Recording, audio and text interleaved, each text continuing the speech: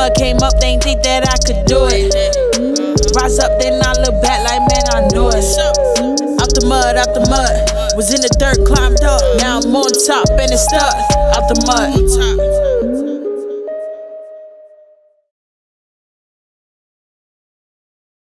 What's up, guys? This is Coco here with Out the Mud podcast.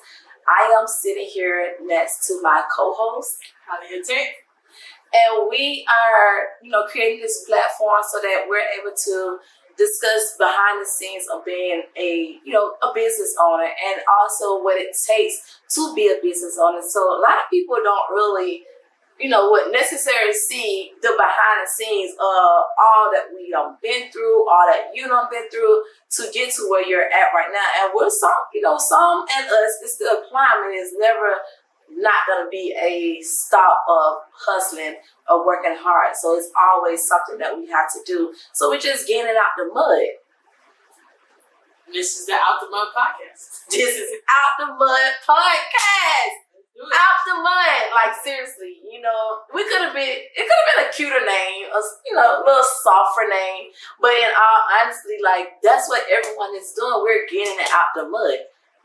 Some have stuff inherent to them. Some like hustle to get it. Some have to we take risks.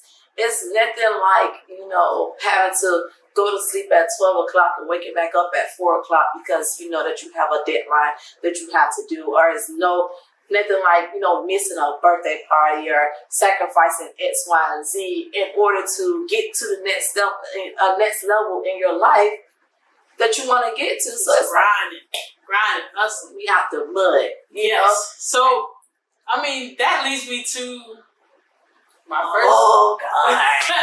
What is it? Talk to me. Leads me to my first question. Talk to me, Lord. All right. So when you grinding and you getting it out the mud, right? Right, friend. What are some of the sacrifices that you had to make personally, starting from the mud? First of all, tell me about where you started. Oh God! Who's Coco and where have you started? Oh, we're gonna do that. Yeah, let's do that. We're gonna do that. Are you serious? Because these people need to know. The audience needs to know who you are, where you started. I know Coco, but they need to know. Okay, Toccora is my name, but everyone knows me by Coco. For 15, 16 years, I was in the medical field, and from there, my job got bought out. But however, let me just tell this story though. When I was working in the medical field, I was back then about 100 pounds or 110 pounds, less than that. No, God. Damn, that's how you feel. But no, seriously. But I was really small. But my thought process was that I didn't want to work for someone for the rest of my life. And I used to tell my coworker, which is my friend, Sophia, I was like, I don't want to work for a person for the rest of my life and they have control over my life. So I started selling like different things. I started being a part of a Gago Gold. It's our Jano Gold, something like that. But it's like a weight loss coffee thing. Then I started selling waist shapers. Then I started it was everything and related to weight loss that I was selling. Yeah. And it was like I was selling, but I wasn't selling because it was like, how can you sell something that you're not using? You have to be a product of your own, you have to be a product of your own material. So it's like, I was able to tell a person, what would the tea do to you? What would the coffee do to you? How will it feel if you wear a waist shaper? The weight is, all that. So I wasn't able to really scale up in doing that because there wasn't my itch, sort of say. So, however, crazy thing is like 2 days before I got fired, I was praying to God and I was like, God, please do not allow me to become one of those people that completely depend on a paycheck to get to life or live life or enjoy life off of having, a weekly paycheck. God is so funny. So you definitely gotta be careful what you ask and how you ask him, right? This is Out the Mud. Out the Mud podcast.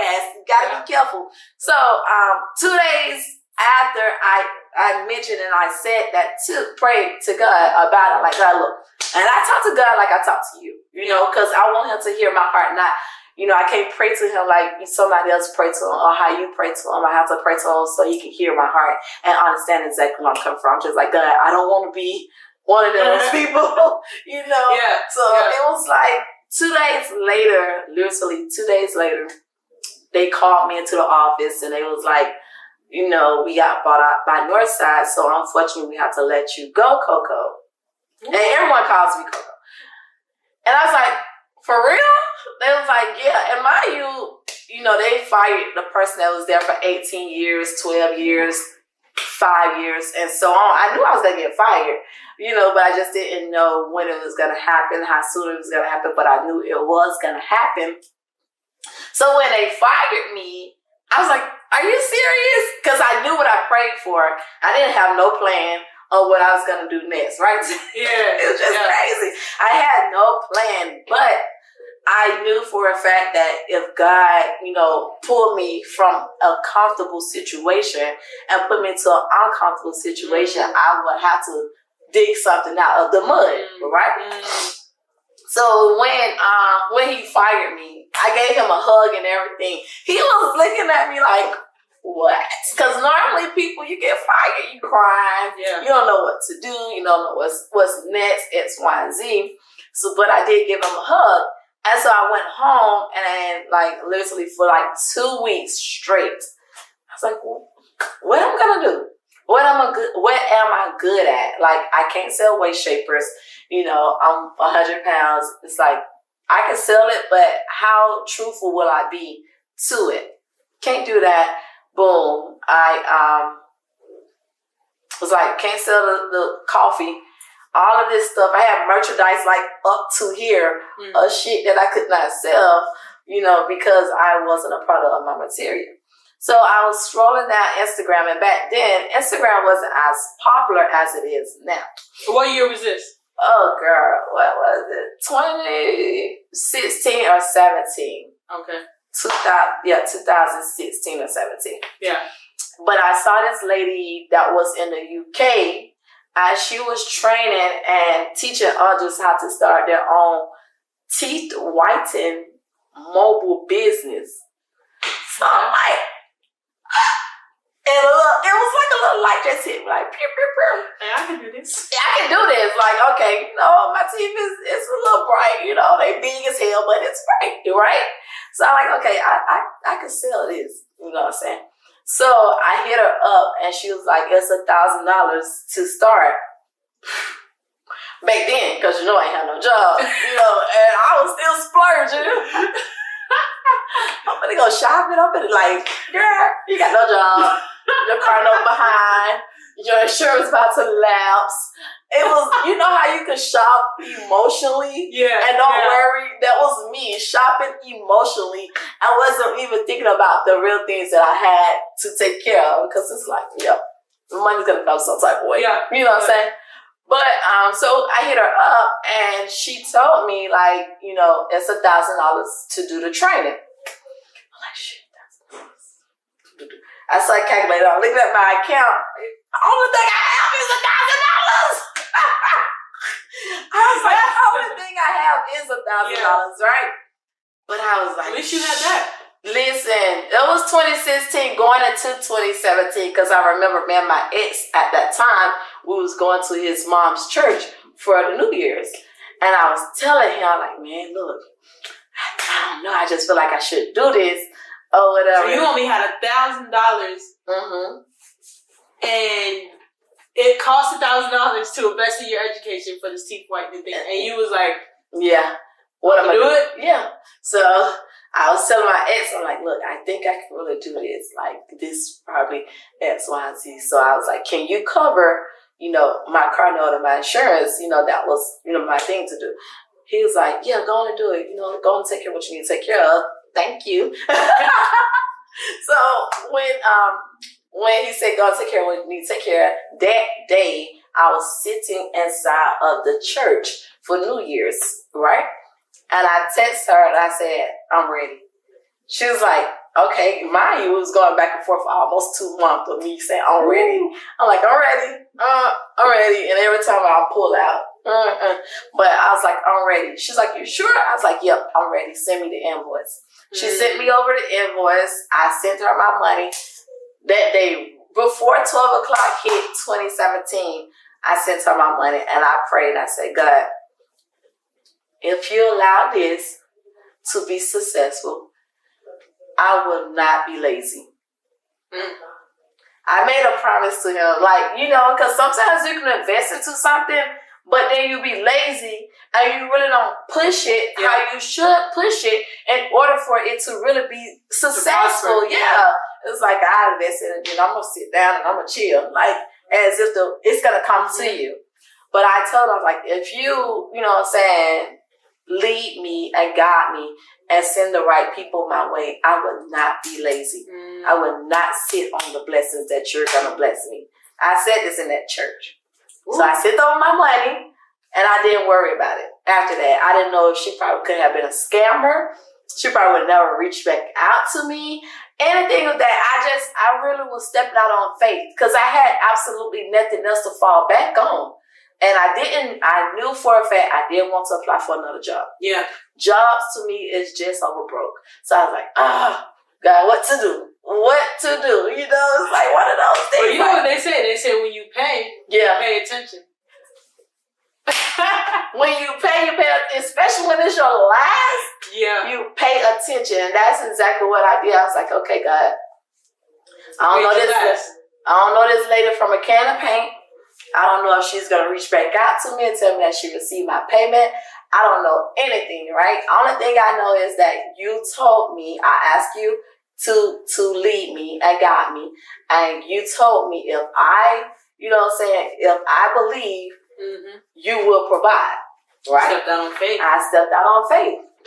Faith without work is dead. Always remember that. So like I said, I cannot invest and don't do the work. Yeah. Right? Yeah. So boom. 2 days later, I didn't hear from this lady. And everybody know I'm a spazzer and I am a panicker. Right? I'm a spazzer. Like I was, and the whole time normally I would be like, oh, what was she? Like I was like, okay. You know what I'm saying? Yeah. Like this lady was my last little bit. Like what the fuck is that? Last little change. Yes. But I was like, you know what? I had that day when I sent her the money that morning, I was like, hey, I sent you over XYZ. Let me know what's my next step, this and that. I didn't hear from her. That day, didn't hear from her the next day. Ooh. I was like, ooh. So I told my ex, I was like, I ain't heard from the lady yet, but yeah. Oof. I'm gonna have to hustle and do something else because I ain't getting no job. He was like, she'll come through. Like, you believe she'll come through. So literally that next day, she hit me up and she was like, it was a festival or something in the UK. Okay. So she was focusing on that. That's why she didn't hit me back. I was like, thank you, Jesus. But she sent me over everything that I needed to start my business, the teeth whitening gel, the products, the machine, all of that. So she trained me off of Skype. Skype was that back then, y'all. Yeah. So she trained me off of Skype, and I was at my mom's house, and my younger sister was my model. She's on the sofa like this. Didn't know nothing, absolutely nothing. But what I did was, after I did the training, Facebook was the popular thing back then. I was like, yeah, I'm about to start doing teeth white and this and that, blase, blase, and I'll be mobile, I come to your house. So that's what I started doing. I started going to people's houses. Every morning I had a routine. Now I wake up around about 6 o'clock, you know, prep myself, prep Facebook, and I start posting before and after. Let me do your teeth white, you know what I'm saying? Like, XYZ, I come to you, you ain't even gotta go nowhere, this, that. So I used to start, like, out the mud. I would start at 8 o'clock and I wouldn't finish till like 9 o'clock, 10 o'clock. I'm traveling to people's houses, you know, just to get out the mud, just to get it. It's like my mind, I was so tunnel vision on it, like I couldn't, like even Monday to Sunday, I was working. Sunday after church, I'm back working. It was just that thing of like, I could not fail God because I asked him, if you provide, I won't be lazy. Ooh. So it was like faith without work is dead. And so what the thing is, with business and with you know, with the come up, it becomes, you know, challenging in a relationship as well. So it was a thing of my ex at that time. He was like, you know, you've been at these people's houses at 10 o'clock at night, X, Y, and Z. You know, what if they do this? What if they... And he had a valid point. You know what I'm saying? Because I don't know nobody from a can of paint. They're all just coming to me off of social media, Facebook at that time. So it was like, I didn't know these people, but I was just, let me hustle. I got to make my $1,000 back that I invested, and I got to make sure that I meet my quota that I have for myself. So he said that to me. He was like, you know, you don't need to be at these people's houses at this time of night, blase, blase. I was like, okay. Still hearing him in my ear 24/7. I asked my younger sister at the time, because back then we really didn't know too much about sweets and stuff like that. Yeah. So I asked her at the time, like, hey, let me work out of your house. Yeah. Right? So I had her house booming. She used to leave around 7, actually around 6, take her kids to my mom's house, so my mom took her X, Y, and Z. So I had her apartment from 7 to like 3 or 4 o'clock till she get off. Man, when I tell you, I had people lined up coming to her house like a trap. Teeth white. No, teeth white is trapping it out, right?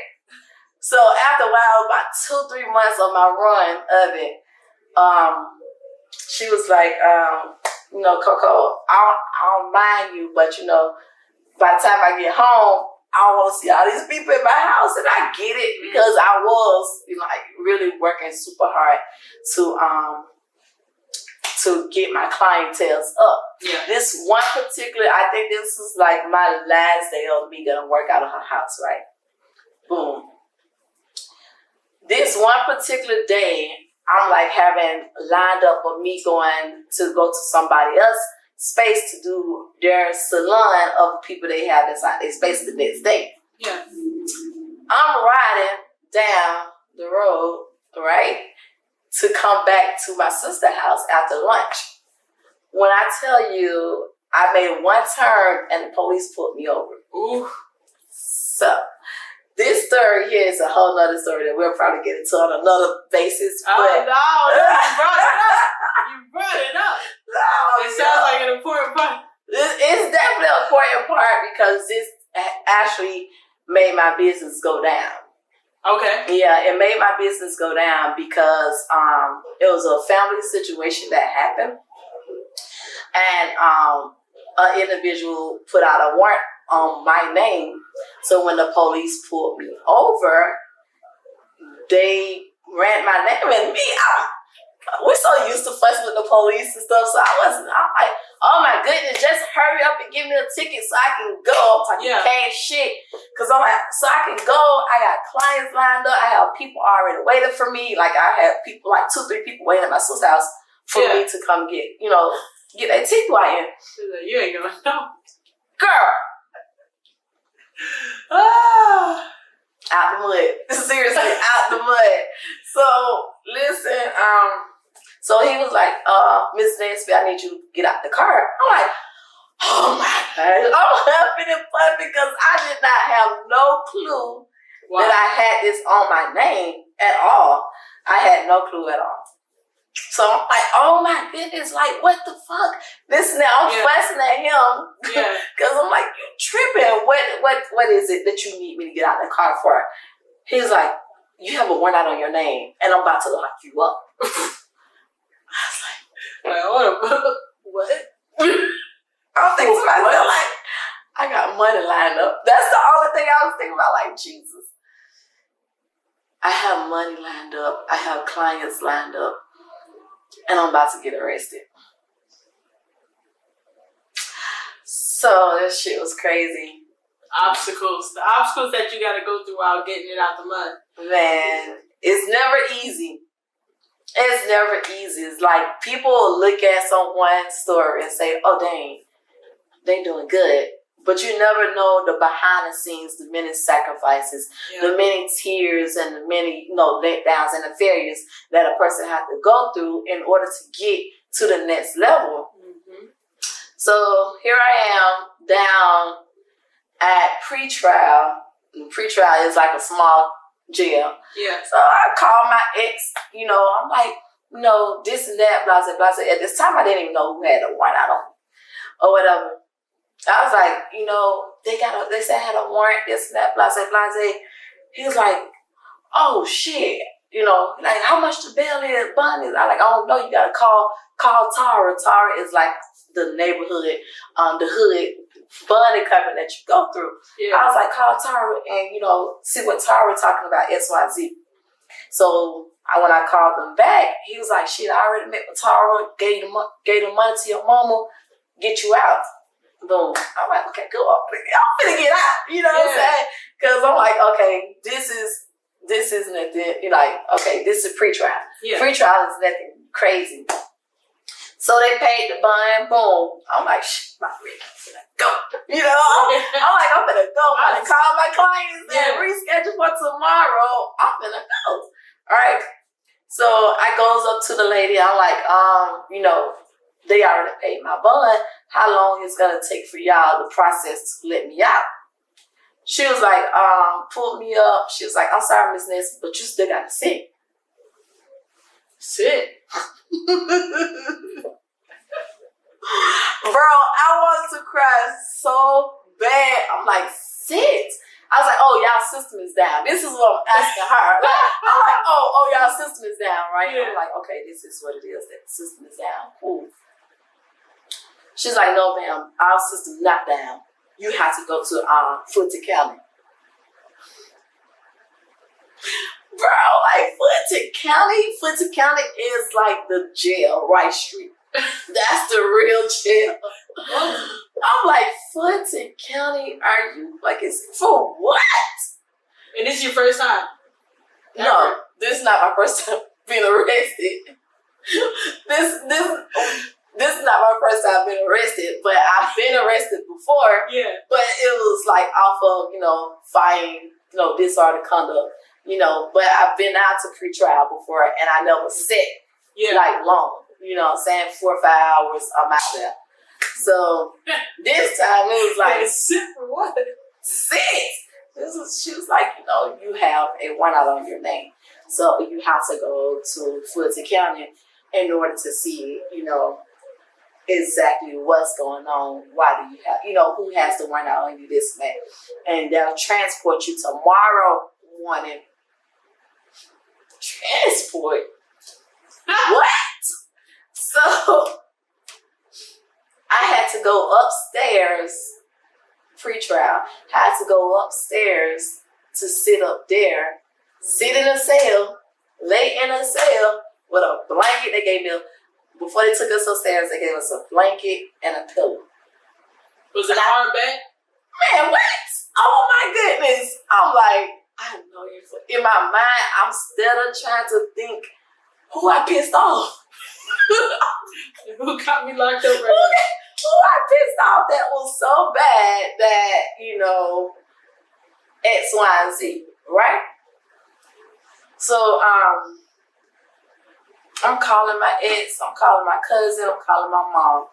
I'm like, y'all, what the fuck is going on? Why am I sitting here? Like, what happened?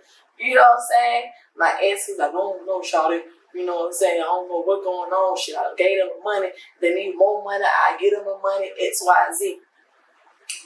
My mom didn't know, so my cousin's like a little investigator. Yeah. So she investigated and she was like, oh, this what happened. So she told me who put the warrant out on me. I'm like, what? I was more heartbroken than anything to learn and know who was the person who put the warrant out on me. And it broke my heart in the, you know what I'm saying, in the middle of me in a cell or a jail with a bunch of people that I didn't know. I couldn't even show my emotions because my heart was so scattered that I was like, what? You know what I'm saying? Like, how could you even do that to me? It wasn't even, nothing that we ever went through was that serious. And I wasn't even the person that caused that other part. But that's a whole nother story. But anyway, so I had to sit in pre-trial upstairs in the cell with 20 other girls. Yeah. They eating. I don't want this food. Like, what is going on? And you know, like, because the thing is, like, if it's me and I put myself in trouble, I'm gonna own up to it. I'm okay with me putting myself in trouble. Yeah. But if it's someone else that doing something vindictively and evilish because of what, then it's like, damn, that's fucked up. That's a fucked up situation. So I had to sit up there for 2 days. So mind you, this is like 2 days and a half. I'm up there. Then they finally called me to go down to Fulton County. Had to sit there. Well, I couldn't sit in Fulton County because they didn't house females at the time, but I had to get undressed there. So imagine 20 other people lined up. And you get naked. What? You're getting stripped, booty, naked. Woo! So it seems like you had to go through a lot of pivotal moments on your journey to success, getting it out the mud. Correct. Alright, so you're doing the teeth whitening thing, you're doing the teeth whitening business. Right. What started you on the path to your salon suites? COVID. Okay. COVID. So tell us a little bit about that. So when I got out the situation that I was in, my clientele's dropped because I was there for like 5, 6, 7 days. Ooh. So that's 5, 6, 7 days of people want their teeth whitened and I'm not able to provide the service. What you gonna do? They're gonna go somewhere else. I did have like 3, 4 loyal people that did stay down, but I had to figure out something else to do. So that's when I started online teeth whitening with the little device in your mouth. Okay. I did that for like a year and a half, 2 years. You probably saw Reginae Zanique, Alexis Sky, April Jones, all of them using that product. Yeah. But after a while, I was like, okay, it started getting slow with that. And I was like, it's something else that I need to be doing. So I went to California and I trained I trained myself, but someone trained me on how to do body sculpting. So by doing body sculpting, trimming people's waist and they butts and all that good stuff, I like this. Yeah. So I started back doing mobile. Started back going to people's houses, this and that. And this one particular person's house that I was coming out of on Cleveland Avenue, I looked over and it was a building that was for lease. All right, so you're walking out of your client's space on Cleveland Avenue, and you see this space. Yep. How do you go about getting into that space? So I had a friend to reach out to that contact person because they was a realtor at the time. And once they reached out to him, we did the tour. Granted, the space was so like dark and just so, it was so rough. But however, I did see a lot of potential in it. So I did go through the whole process of getting it, did the application and everything. I had to pay like about $4,500 for it. And then after a while, I reached out to one of my friends who started to do lashes, and I asked her, like, do she want to, partnership with me in reference to, doing the space as well. And I told her, like, we can have 2 rooms that we rent out, and we'll just divide that money to go back into the business versus come out of our pocket. She said, yeah, she came on. Mind you, we wasn't really making money because we was basically spending money out to buy things, get this, do that, X, Y, and Z. But I didn't, just out the blue, I received a message from her that she, didn't want to do it anymore. And I didn't know exactly what really happened. And I still don't know to this day. We never even touched on it. But she said she didn't want to do it anymore. I was crushed. I'm not gonna even lie. I was. So did you have to like take over the payments? Take over the payments, take over the rent, take over the lights, take over the gas, take over the water, take over everything that it was easier to do when I had a half person versus me having to do everything fully myself. So did you guys have anybody in there at this time, or it was just like just us? We was just getting the shop ready. So we was trying to paint. We was trying to do this. We was doing X, Y, and Z. And when she did pull out, we was in the middle of painting. So it was like, okay, God. But, you know, when she pulled out, I was like, God, there's no way that you gave me this space and now you're going to want me to, you know, forfeit on it and not proceed with it. Yeah, so she didn't want to proceed with it. So what I did was just continue going on. That's when I started doing the trainings. Mariah, I told you I did trainings in the dark. I did trainings without no AC. I did trainings just to make sure that I'm making ends meet, to turn the lights on, to pay the water bill, to pay this, to pay that. So granted, that happened. And then once 2020 came, mind you, within that period of time, we did grow.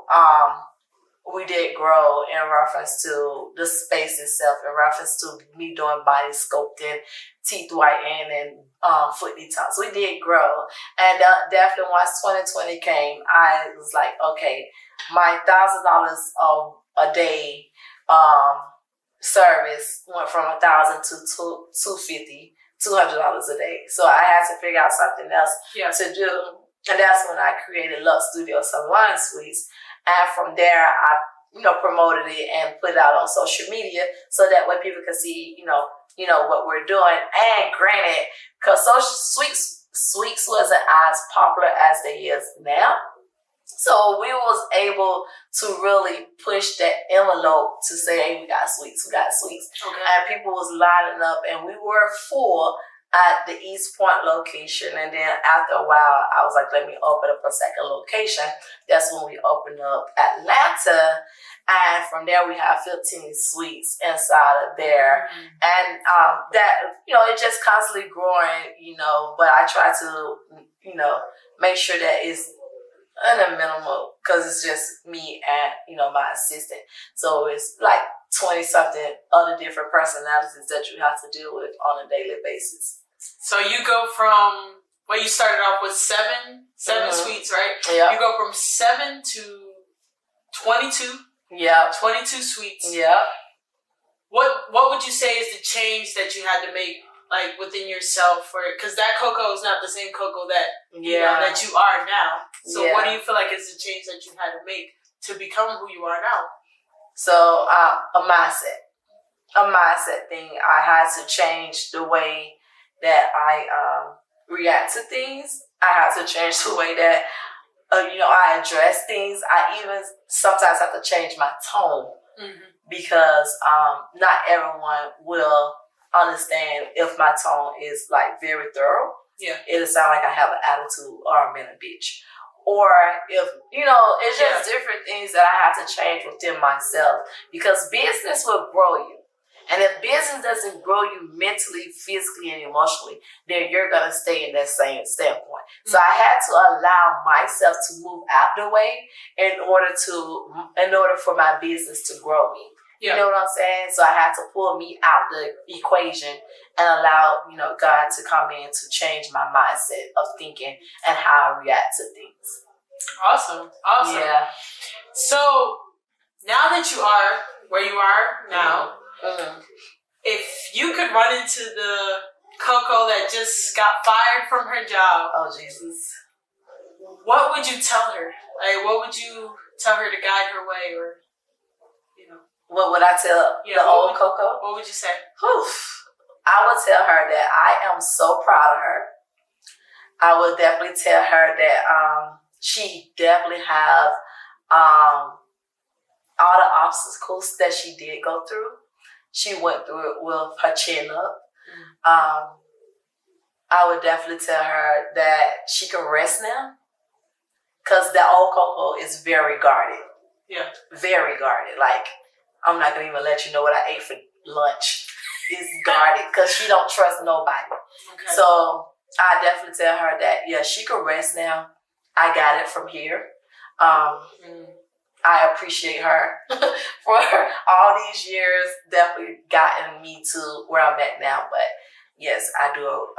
I would tell her I am proud of her. And listen, I never had to do this before, so I'm really feeling a little like Jesus giving me a little emotional. Like, whoa, yeah, it's definitely, because as I'm talking, I'm really thinking back on all the things that I had to endure. I had to, endure a lot of backlash, a lot of naysayers, a lot of people that didn't believe, didn't trust, didn't fully even appreciate me for all the things that I've done. I had to go through heartbreak, a lot. So for her to really took on all of the things that she did with a grain of salt, with a smile on her face, with not, no negative thoughts of, people go through a lot. They want to do stuff to themselves. And for her to not want to do none of that, I'm proud of her. I am so proud of her. So thank you for asking that question, because I never even really reflect back on it or even think to ask or say to her that I'm proud of her, because it's just, you just keep going and you never really try to stop to think about all the things that you went through. But now that you asked me that question, yeah, I am proud of her. I am. So, yeah. That's beautiful. That's amazing. So you talked about the trials, you went through, and what, like, trying to reach your level and everything, like, what kind of obstacles did you have to go through, like, with family or anything, with the naysayers, like you said? Yeah. Did you try to surround yourself with people that believed in you, or did you kind of, like, what did you do to get through that to people that were like, oh, she can't do it? She can't do it, yeah. I just shut down. I didn't want to honestly try to find people that's gonna believe in me or that's trying to convince me that they believe in me. I didn't want to find the fakers. You know what I'm saying? Sort of say, I needed the naysayers. I needed the ones to tell me that it wasn't going to work out, I was going to fail. I needed that to be told to me, because then that really pushed me more on leaning towards God, leaning my faith onto Him, depending more onto Him versus, others, and getting their permission or getting their approval to say I'm doing, I'm doing good. I just needed His word, and I needed that. So I appreciate a lot of people like, why you don't hate this person or hate this person? I appreciate them, because without them, I would not lean more onto God. You get what I'm saying? So yeah. It was like the fuel. Thank y'all. Thanks. Amazing. But yeah, so it's just, and it pushed me. Like, I literally used to drop my nieces off and my nephew off at school by 7:30. By 7:45, 8 o'clock, I'm in the shop, and I'm not leaving till 12. My nieces used to want to come over. They already know. They spend the night at the shop. They in the back, in the break room till we leaving out by 11:30. You know what I'm saying? That was my life. That was what I basically endured and depend on that was it, the shop. Like, so many times I sit in the shop, I'm crying, I'm praying, I'm tearful up, because it's like, damn, we doing this. Like, I'm proud to say, like, dang, we really did this. Like, we don't make this dark space into a bright space, to a space where people could build up their business, grow their business, and So listen, we are Out the Mud podcast. We are basically creating a platform for others like yourself, like-minded people that's in the business, to come to our platform to tell your story. But Taylor got in my business. She's definitely was all in my business. All in it, which is good, because I never really tell my story. I never really talk about, a lot of things that I have endured. So for you to pull that out of me, listen, we're stepping out of our comfort zone and we're throwing ourselves in the fire just so that we're able to tell our story, because everyone has a story to tell. And Out the Mud podcast is that platform to tell your story, because we know you got a story to tell. Everything looks good on the ground. No one knows that you done posted on the ground and got to call somebody and say, hey, can I make an arrangements to pay X, Y, and Z? No one knows that, you probably still owe Salene. No one knows your struggle, that you're hustling, you make a risk. Okay, if you can do this to make this, I'm going to do this. No one knows that. So this is a platform. This is a safe space that you can tell your story. What you think, Tay? I think it's awesome. And I think that's a great way to end it. Yeah. So if you guys like this and want to hear more stories like this, please like, comment, and subscribe. Let's go. Out the mud. Out the mud it is. Out the mud we be. Don't even play with us. No.